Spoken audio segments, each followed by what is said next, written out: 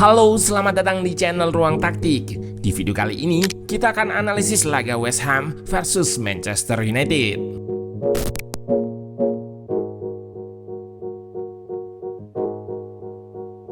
Meski sudah melewati sekaligus mengalahkan laga-laga melawan tim besar, Manchester United asuhan Michael Carrick belum teruji ketika harus berhadapan dengan tim yang mengandalkan low block.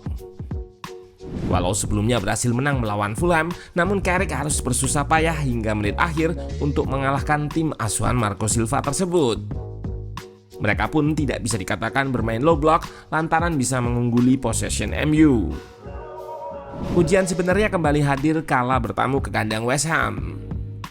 Tim asuhan Nuno Espirito Santo itu bermain pasif dengan memberikan momentum serta possession ke tim tamu. Namun The Hammers bisa memanfaatkan dengan cetak 1 gol, sekaligus membuat Bruno Fernandes dan kawan-kawan kesulitan menciptakan peluang sehingga hanya mencatatkan 0,57 XG. Nah, penasaran dengan jalannya laga dari segi taktikal? Let's go, kita bahas sama-sama.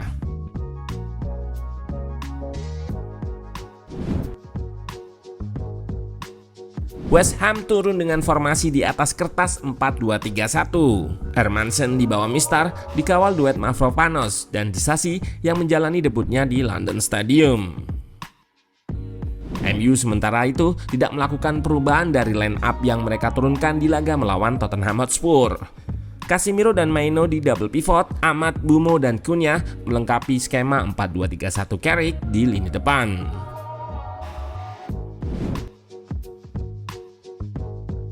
MU build up dengan shape 3 back di belakang ditambah 2 gelandang.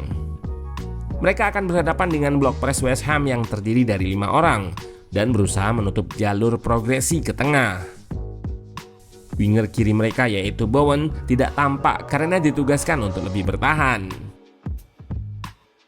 Di blok yang lebih rendah baru terlihat Bowen menjaga Bumo. Ia memang diberi tugas spesifik di area kiri ini. Terlihat build up dengan 3 back di belakang, namun kali ini Casemiro lebih naik dan ada Bumo yang mencoba untuk drop berikan support. Juga blok press West Ham yang turun dan terlihat ada Bowen yang merapat ke tengah untuk mendekati Bumo sehingga menjadi blok press 4-2. Ia pun berhasil mencuri bola dan lakukan serangan balik. Ini adalah ide taktik tim tuan rumah, press dan counter. Kembali terlihat MU berusaha membongkar blok press West Ham dengan shape 3-2 dan gelandang yang lebih naik. Salah satu cara untuk menembusnya dengan pemain depan yang turun seperti ini. Cunha mampu menerima umpan progresi walau ia terus diikuti center back. Kali ini Ahmad yang turun untuk dijadikan target progresi. Ia mampu balik badan dan lakukan switch ke Shaw di kiri. Blok press depan West Ham memang terlewati, tapi terlihat shape 4 back di belakang sudah terbentuk. Kembali di area yang lebih dalam, terlihat shape 3-2 dengan gelandang yang melebar. Cunha yang drop bisa dijadikan target progresi. Selanjutnya meski bisa menyerang, kembali terlihat di belakang, West Ham sudah reshape dengan 4 backnya dan pemain MU hanya sedikit di depan. Kemampuan untuk menembus blok press dengan umpan progresi ke ruang antar lini masih harus diuji ketika balik badan dan berhadapan dengan 4 back West Ham serta gelandangnya yang cepat turun. Satu hal yang selama ini masih jadi pertanyaan, apa yang terjadi pada MU jika menghadapi tim yang bermain low block? Jawaban itu tersaji di laga melawan West Ham. Ketika tanpa bola, para pemain West Ham akan cenderung menunggu di depan. Dua striker mereka tidak melakukan press, melainkan turun, berada di dekat dua gelandang MU, Casemiro dan Maino. Turunnya dua striker yang mendekat ke pemain tengah ini membuat West Ham menang jumlah secara telak di area tersebut. MU yang bermain dengan shape 3-2-5 kesulitan melakukan progresi lewat gelandang karena Maino dan Casemiro terkurung oleh padatnya area tengah West Ham. Tidak hanya itu, saat bola berhasil diprogresikan ke kotak penalti, anak asuh Nuno Espirito Santo akan dengan cepat turun dan bertahan dengan 5 hingga 6 pemain. Sayangnya dalam fase attacking, para pemain MU kerap kalah jumlah di area pertahanan The Hammers. Wide overload MU pun diladeni dengan peran Bowen yang ikut turun tadi, sehingga tidak jarang shape bertahan West Ham menjadi 5-4-1. Taktik bertahan West Ham ini sukses membuat MU mati kutu dalam menciptakan peluang. dan mereka hanya butuh satu kali kesempatan untuk menghukum lawannya. Bowen sukses menghadiahkannya ke gawang Lemons. Gol ini diawali situasi high press yang dilakukan MU saat throw in. Yove langsung mengirim long ball ke arah pertahanan United yang menerapkan garis tinggi. Bola diagonal ini sukses mengakses area yang sedikit cover pemain MU. Terlihat Bowen dalam situasi 1 versus 1 dengan Shaw. Ia menyambut bola dan menanduknya ke arah Soucek, untuk kemudian disodorkan kembali ke arahnya di sayap kanan. Pemain bertahan MU sebetulnya sudah menang jumlah di sini. Tapi akibat tak ada press kepada Bowen, Kapten The Hammers itu pun berhasil kirim cross ke tengah kotak penalti. Soucek berlari dari belakang dan berhasil menyontek bola untuk kemudian getarkan jala St. Lemons 1-0.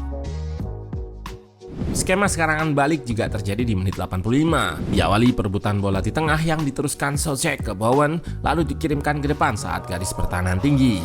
Beruntung Lemons sigap keluar. Kembali serangan cepat West Ham membuat gawang MU dalam bahaya.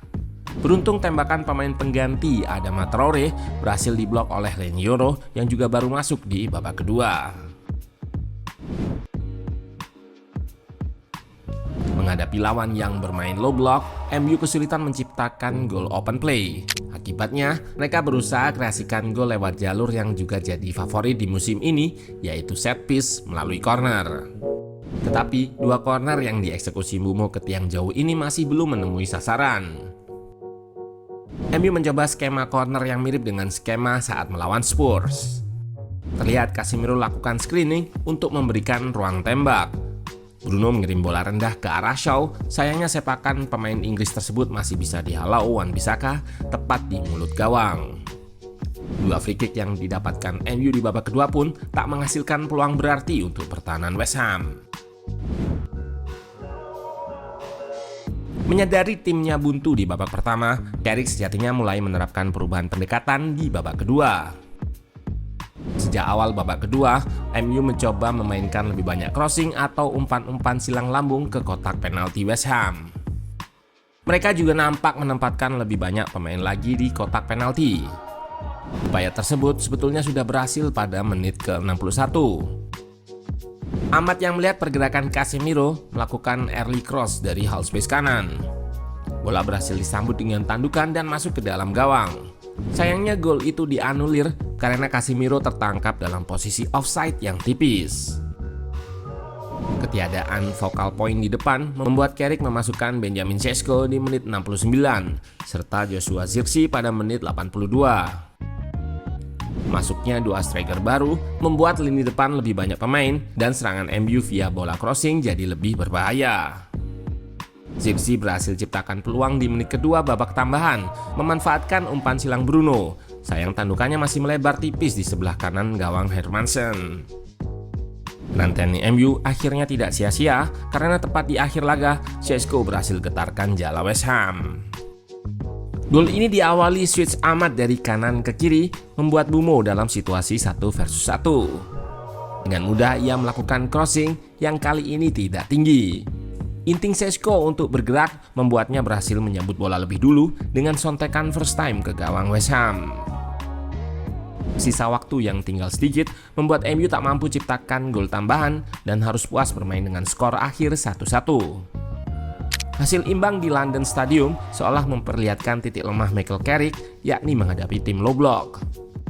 Meski begitu, tim asuhannya masih nyaman bertengger di urutan keempat klasemen dengan 45 poin, berjarak 1 poin dari Chelsea.